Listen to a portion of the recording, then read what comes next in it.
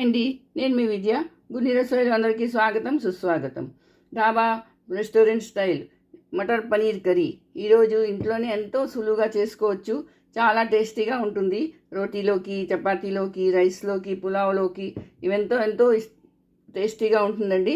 ఇది చాలా ఈజీగా కూడా ఇంట్లో చేసుకోవచ్చు. ఒక మాట మీరు చేస్తే అస్తమానం చేసుకుంటారు. మరి రండి, ఇది ఎలా చేస్తారో చెప్తాను.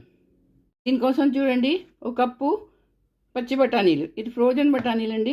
కావలిస్తే పచ్చి కూడా వేసుకోవచ్చు. 200 గ్రాములు పనీరు, ఉల్లిపాయలు 2 ఉల్లిపాయలు, ఇది రఫ్గా తరుక్కోవాలి, మరీ పలుచగా కాదు.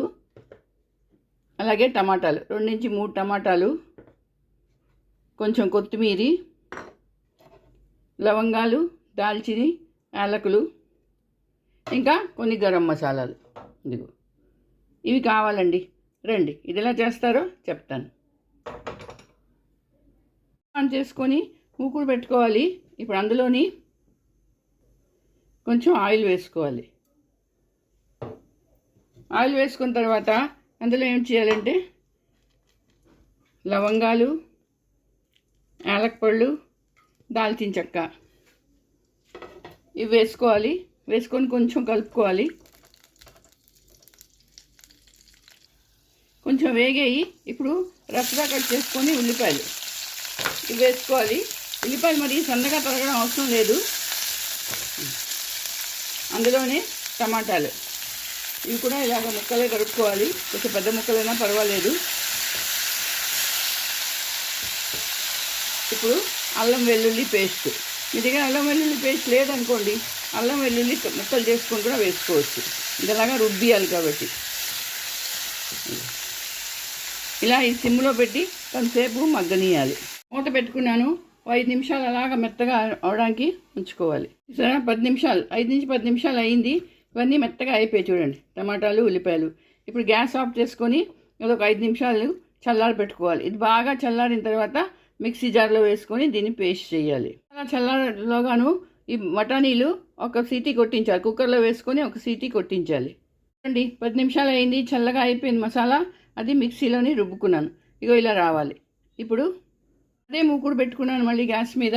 ఇప్పుడు ఏం చేస్తానంటే నూనె వేసుకున్నాను. కొంచెం నూనె జాగాలో మీరు బటర్ వేసుకోవచ్చు, నెయ్యి వేసుకోవచ్చు, ఏదైనా వేసుకోవచ్చు.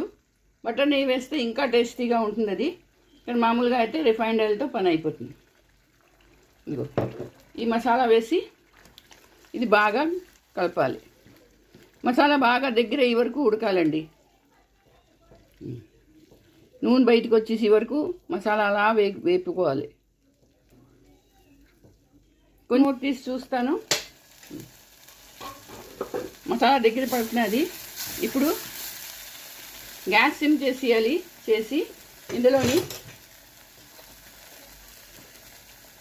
కొంచెం పసుపు, కొంచెం కారం, మీకు ఎంత కారం కావాలంటే అది వేసుకోండి. తగినంత ఉప్పు,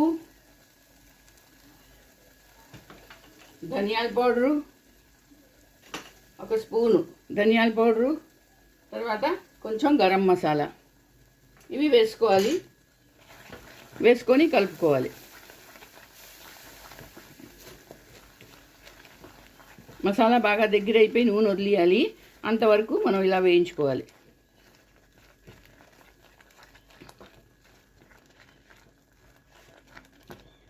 ఇది వేగమే అయిపోతుందండి, ఎక్కువ టైం పట్టదు. చూడండి,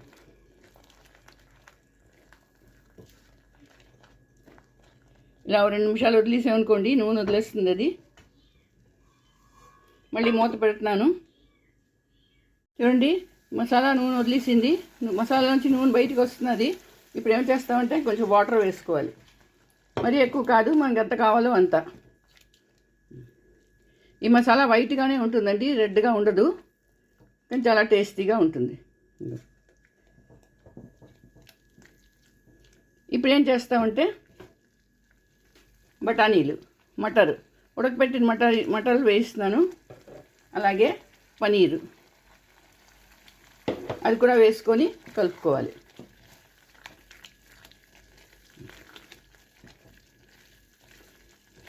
చూడ్డానికే కాదు, వాసన కూడా చాలా బాగుంది.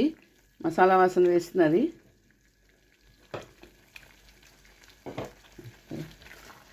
మీకు పనీర్ ఎక్కువ ఇష్టం అయితే పనీర్ ఎక్కువ వేసుకోండి, మటర్ కావాలంటే మటర్ వేసుకోండి, ఎంత కావాలంటే అంత. మనకి మటర్ ఎక్కువ కావాలంటే మటర్ వేసుకోవచ్చు, పనీర్ ఎక్కువ కావాలంటే పనీర్ వేసుకోవచ్చు. ఇదిగో ఒక 5 నిమిషాలు ఇలా మసాలాతో పాటు వీటిని ఉడకనీయాలి. మూత తీస్తున్నాను. ఇదిగో వా, కూర రెడీ అయిపోయింది. ఇప్పుడు ఇందులోని కొంచెం కసూరి మెథి, ఇది వేస్తే ఫ్లేవర్ చాలా బాగుంటుంది కూరకి. కొంచెం కొత్తిమీర,